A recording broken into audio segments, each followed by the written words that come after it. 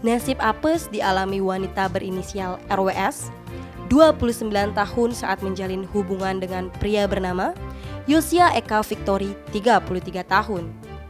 Pasalnya, pria yang menjadi pacarnya itu tega mencuri kartu anjungan tunai mandiri atau ATM miliknya di kos Jalan Tukat Banyuasri Panjer, Denpasar Selatan, Sabtu 8 April. Lalu isinya dikuras dan ditinggal kabur.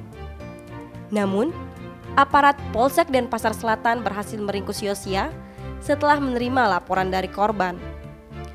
Kasih Humas Polresta Denpasar AKP Iketut Sukadi menerangkan, kejadian bermula saat RWS tertidur di kosnya.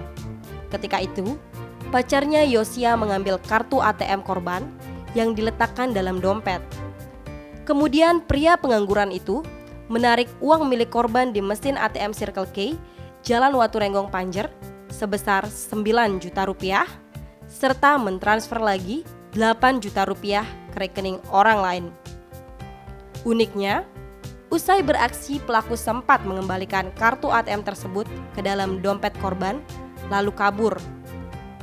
RWS baru menyadari ATM-nya dikuras setelah menerima notifikasi penarikan serta pemindahan saldo rekening miliknya sebesar 17 juta rupiah sekitar pukul 14, dan dia mendapati pintu kos tak terkunci dan pelaku sudah tidak ada.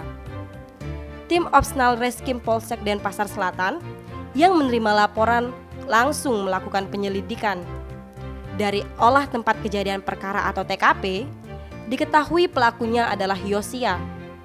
Setelah melakukan pengejaran, polisi meringkus pria kelahiran Mojokerto itu beserta barang bukti uang tunai saat sedang bersembunyi di kos temannya di Jalan Mahendra Data, Gang Robi William, Denpasar Barat, Jumat 21 April. Saat diinterogasi, Yosia mengakui mencuri uang korban untuk keperluan pribadi. Dia mengetahui PIN ATM korban karena pernah dimintai tolong untuk menarik uang.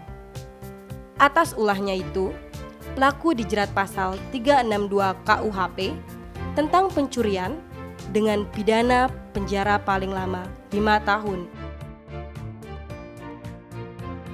Tim Bali Express melaporkan.